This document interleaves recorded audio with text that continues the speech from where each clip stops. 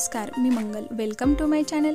आज मी बनवते आहे झटपट तयार होणारी हेल्दी टेस्टी अशी अळीवाची खीर आणि सोबतच त्या खीरसाठी लागणारं अळीवाचं प्रीमिक्ससुद्धा, आणि ते तुमच्यासोबत शेअर पण करते आहे.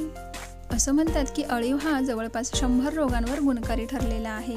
आता हा अळीव आवर्जून खाल्ला गेला पाहिजे, पण मग हिवाळ्यातच का खातात? कारण अळीवामध्ये उष्णतावर्धक गुणधर्म असल्याने ही हिवाळ्यातच खाल्ला जाते. आता ही खीर बनवण्यासाठी मी इथे गूळ किंवा साखर न वापरता 50 ग्राम खजूर घेतलेले आहे, जे एकदम बारीक बारीक बारीक असे कापून घेतलेले आहेत.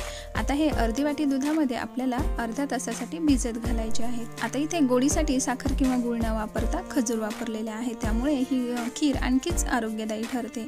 सोबत इथे मी 100 ग्राम अळीव घेतलेले आहे. आता त्यातले 2 चमचे अळीव आपण बाजूला काढून ठेवूया. त्यानंतर अर्धी वाटी काजू, अर्धी वाटी बदाम आणि अर्धी वाटी डाळवं घेतलेला आहे. डाळव्याने काय होतं की अळीवामध्ये जो उग्रपणा असतो तो लागत नाही, आणि शिवाय डाळवे प्रोटीन्सने भरलेले सुद्धा असतात, त्यामुळे मी डाळवं घेतलेला आहे. एक छोटासा जायफळाचा तुकडा आणि इथे मी सुंठ पावडर घेतलेली आहे.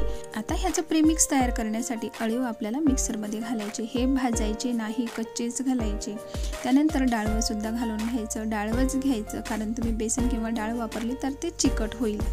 त्यासाठी डाळवंच घ्यायचं, कारण डाळवं हे ऑटोमॅटिकली थोडंसं भाजलेलं राहतं.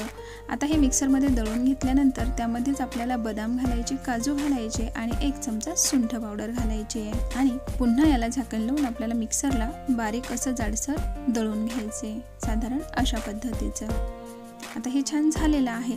सोबतच आपण इथे काय करूया, थोडेसे बदाम, काजू आणि जे पिस्ता घेतलेला आहे तो असा बारीक क्रश करून घेऊया. ड्रायफ्रूट्स असे घातल्याने खाताना क्रंच येतो. आता आपण एक मोठा बाउल घेऊया, त्यामध्ये तयार प्रीमिक्स घालायचं. क्रश केलेले काजू, बदाम, पिस्ता आणि सोबत अळीव घालून घ्यायचे, जे बाजूला काढून ठेवलेले होते. व्यवस्थित मिक्स करायचं. आता हे प्रीमिक्स हवाबंद डब्यात ठेवलं तर जवळपास 2 ते 3 महिने सहज टिकते.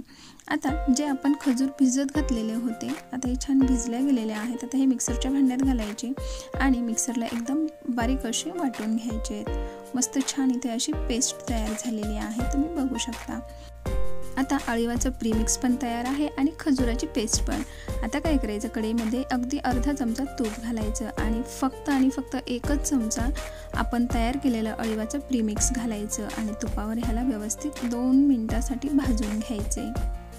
अवघ्या 2 मिनिटात हे भाजलं जातं. त्यानंतर एक मोठा बाउल भरून किंवा 1 ग्लास भरून यामध्ये दूध घालायचं आणि ह्याला मस्त 2-3 मिनिटासाठी याला छान शिजवून घ्यायचं. हे छान शिजल्या गेलं की त्यामध्ये खजुराची पेस्ट घालून घ्यायची आणि व्यवस्थित मिक्स करून अर्ध्या मिनिटासाठी व्यवस्थित शिजवून घ्यायचं.